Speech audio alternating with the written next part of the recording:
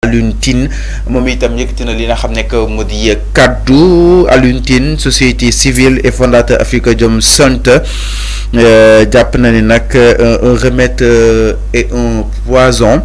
Cette loi a permis de mettre fin à certains conflits, mais elle a aussi instauré l'impunité pour des crimes extrêmement graves. Elle ne couvre pas les crimes internationaux tels que la torture et les exécutions extrajudiciaires.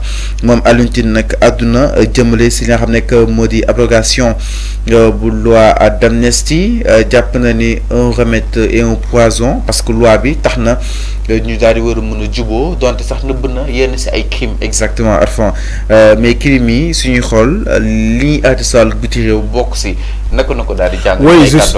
Je suis d'accord avec Alioune Tine quand il dit que cette loi d'amnistie ne couvre pas les crimes internationaux tels que la torture. Je suis d'accord avec lui là-bas. Torture bokkul si ci loi d'amnistie. D'abord nee naa la loi d'amnistie est reconnue au niveau national. La CPI, les cours et tribunaux internationaux ne reconnaissent pas cette loi d'amnistie qui a été votée au Sénégal. Donc il ne faut pas que les gens nous parlent d'une loi d'amnistie. La convention ratifiée dans le statut de Rome ne reconnaît pas une loi d'amnistie qui a été votée au Sénégal. Loolu yëpp yooyu tamit bëgg naa Alioune Tine mu wax ci loolu. Une loi d'amnistie, est-ce qu'elle est reconnue au niveau international? Heureusement, il a dit cette loi ne reconnaît pas des crimes,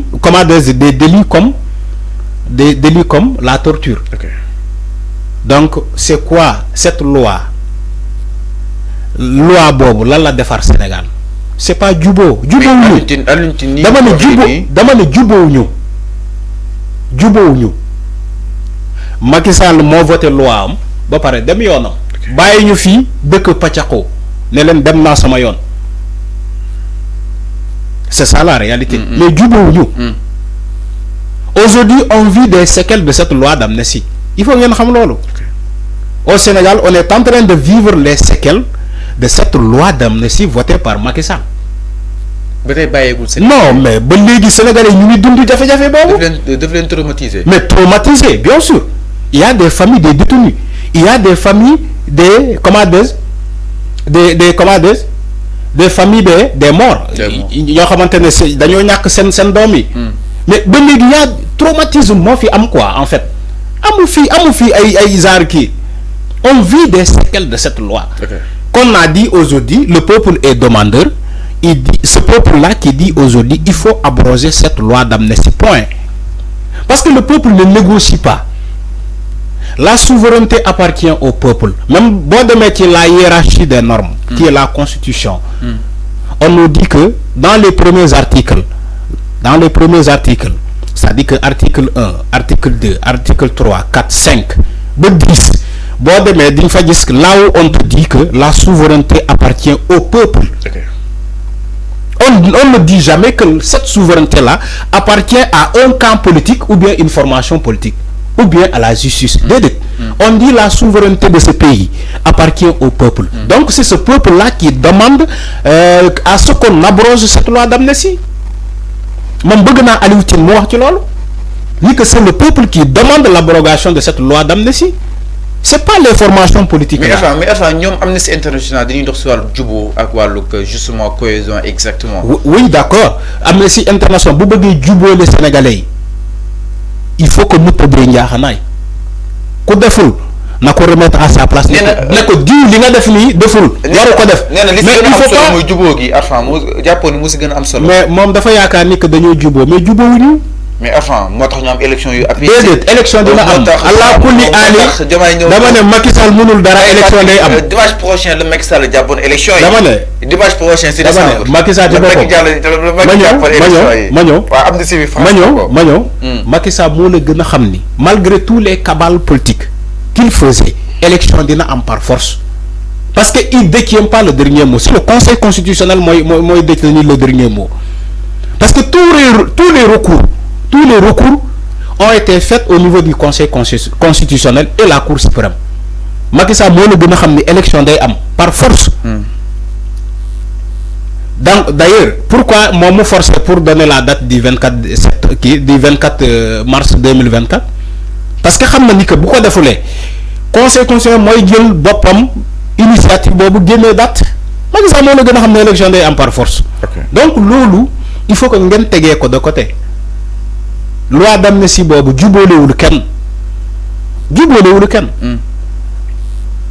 dafay da ngay ne dafa réparer les Macky Sall moo commencé réparer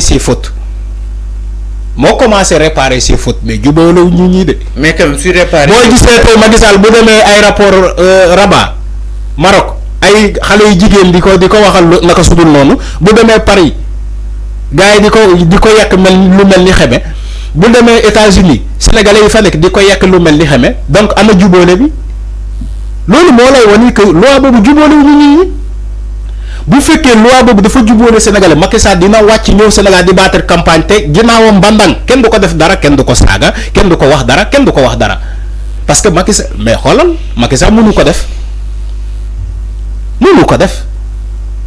parce que xam na ni bu ñëwee battre campagne Sénégal dina dugg si mais du génn.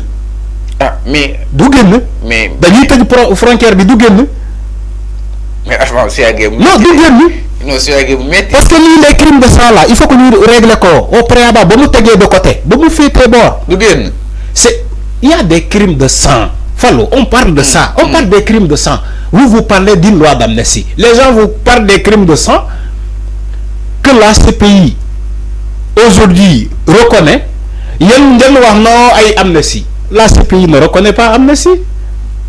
La Cour pénale internationale ne reconnaît pas une loi d'amnistie qui est votée au Sénégal. Léegi wax leen ñu ana sens loi d'amnistie boobu. mais Alioune Tine nii mu waxee nii maanaam amuñu si yaakaar ji fii sur le plan international. Alioune Tine je regrette. parce que nee na torture bokk si. dama ne je regrette Alioune Tine n'est pas l'État. Alioune Tine n'est pas l'État du Sénégal. Il a le droit mu joxe xalaatam parce que on est dans une démocratie Alioune Tine war na joxe xalaatam mais il n'est pas l'État. Il ne détient pas le monopole donc comment dire de la justice ni aussi du dernier mot